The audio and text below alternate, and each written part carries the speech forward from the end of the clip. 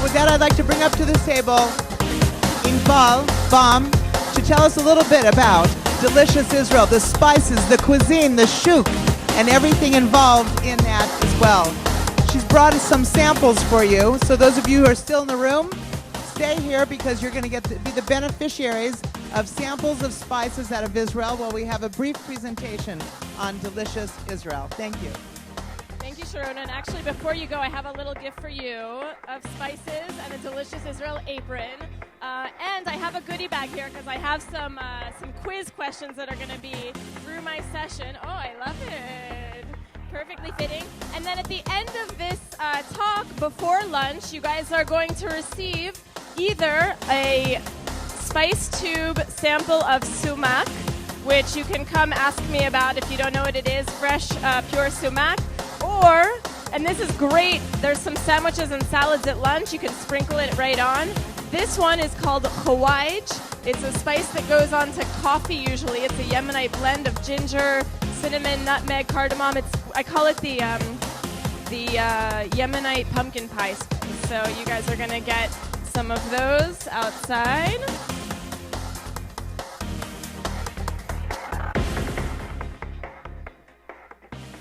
Just waiting for my cue.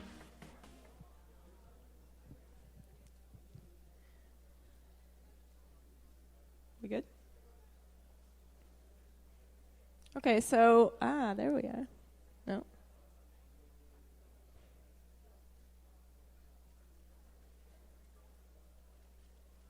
Not mine.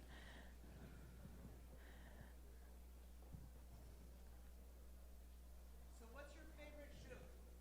Okay, well then, I guess I will begin. I have some beautiful pictures that will appetize you, but I will begin. So just by way of brief introduction, as Shona said, my name is Inbal Baum. Very Israeli name, but my accent, as you have heard by now, very American. My parents are both Israeli. So I grew up very connected to Israel because growing up, what would we do? We would wake up in the morning, eat, go to the beach, eat, take a nap, eat, do it again on repeat. It was vacation. So my connection to Israel was food, love, family, joy. Now, growing up, I always wanted to be there. I grew up outside of Washington, D.C., and always wanted to come back to Israel. Eventually, I ended up at UC Berkeley in California during the second Intifada. How many people understand what that means? Yeah, so you guys are California people. I was the leader of our pro-Israel group at UC Berkeley during the second Intifada, which means I spent a lot of time trying to understand how to... Okay, we'll wait for this. This I'll show at the end. We spent a lot of time trying to get people to connect to Israel by way of anything besides the media, because we just can't combat what the media is showing. And so for me, the way that I learned ended up being my profession. After I left Berkeley, I ended up traveling the world for a while, coming back to New York, where I studied law, practiced law for a while, and escaped, thankfully, and finally came to Israel after many years of wanting to be there and the situation not being right. And when I got there, I asked, okay, now what? And in my search, I worked in high tech, I worked for some entrepreneurs, and I understand that for me, food is my passion, and there's nothing else that's going to make me happy to do. And so for me, that kind of advocacy of getting to show Israel through its food is what naturally developed. I started Delicious Israel about 4.5 years ago, and I spent a lot of time understanding where are the best shuks, where are the best restaurants, where are the best artisanal products to buy. And finding the underground guys that have no signs on their doors and you won't be able to get to if you have a map because it's not really on the street. So Delicious Israel is a tour company that brings people from Israel to introduce them to these artisanal foods and especially to the families. And just by quick way of introduction, I want to talk about 3 of them. One of them is called gazoz, and I'm so sorry that this presentation's not working because we have beautiful photos of this drink called gazoz. Okay, quick trivia question. Who knows when Tel Aviv was founded? Anyone? Anyone? Wampa. Repeat the question. When was Tel Aviv founded? 104, which would make it 19. Anyway, close enough. I have no idea if that was, I can't do the math backwards. No, I have even bigger prizes for her. Yeah, thank you. 1909, Tel Aviv was founded. We have, and these are all, by the way, Israeli kitchen designers who are doing kitchen gadgets. They're beautiful. So 1910, first business of Tel Aviv. The first startup of Tel Aviv, what was it? It was food. Tel Aviv was meant to be just a quiet area of, there we are, my favorite picture of Tel Aviv. On the right side, Rothschild Boulevard. And if anyone knows Rothschild Boulevard today, you guys can see the difference of what's going on. So the first business was selling a drink, which, by the way, the precursor to SodaStream, gazoz. It was basically sugar water with some sugary syrup with some soda. Now today, just down the street in the Levinsky market, my favorite market in Israel, we have this gentleman named Benny. Benny decided he's going to take something authentic and historic and make it artisanal. So he's taking these seasonal fruits and herbs and making these beautiful gazoz concoctions, very different from gazoz shalpam, the one that was always you would always have on the side of the street for 5 shekels. He also brought this on the right side there. That's his cafe. He couldn't get permission. Here's innovation. He couldn't get permission to have seating, so he brought this Susita, one of the only Israeli cars ever made, and that's the seating for the cafe. So these are the kinds of places that I love. Now, just a few doors down, the Yom Tov Deli, a beautiful story of a Turkish family. A grandfather who came from Turkey in 1969, and when he came, he wanted to open up his shop where he was making meze, and I'm sorry for the beautiful photos before we're about to eat, but this is definitely going to open up the appetite. These mezes were his specialty, and when he came to Israel, when he made Aliyah, he said, I want to basically cut and paste my shop, and so he opened up a gorgeous shop doing importing. And by the way, this is at a time when the different immigrant populations were coming in, and you could really see the contrast between Tel Aviv of old, where there were no restaurants. Until the high-tech generation, the restaurants were reserved for tourists.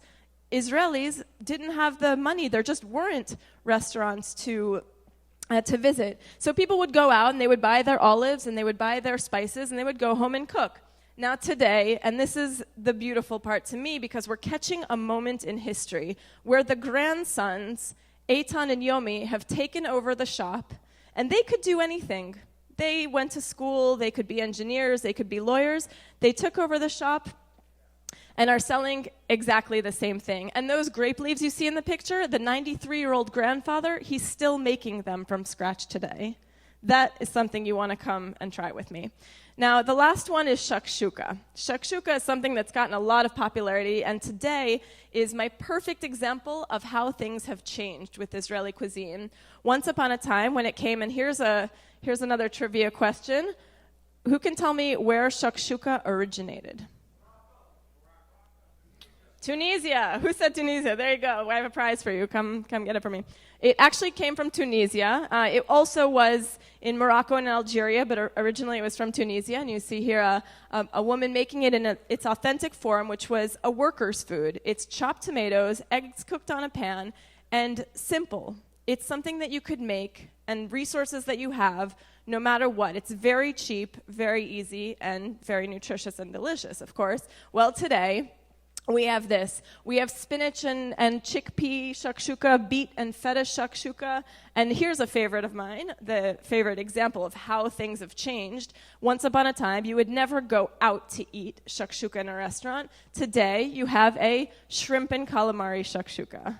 So a little bit treif, but something very, very popular that you'll see in Tel Aviv, or something like this, which doesn't even look like shakshuka anymore. It's a green shakshuka, spinach shakshuka. So why do I think food is the perfect ambassador, and why, for me, did I go from high-tech to no-tech in order to do my frame of advocacy? Because of this. When people come on tours, when people come to Israel, I'm going to guess that if any of you have been to Israel, the thing that you remember most is the senses, is the food. And people take these, everyone's taking the pictures of the food, and it's spreading. it's spreading like wildfire, and it's the perfect way of advocacy because it's sensory. People will see that on their friends' accounts and say, oh, where is that? Maybe in Morocco? No, it's in Israel. So we have a positive light. And this is one of the most interesting things. Now, unfortunately, I couldn't talk about all of the best shuks in the best cuisine and everything. So, is the video? So I have a quick video. Do we have time for a video? No time for a video.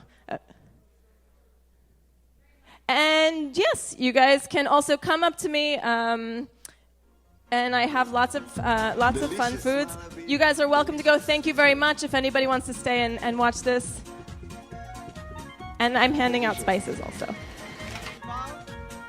We are going to take a tour with you for the Israel conference to go to all the cool places to eat, to enjoy.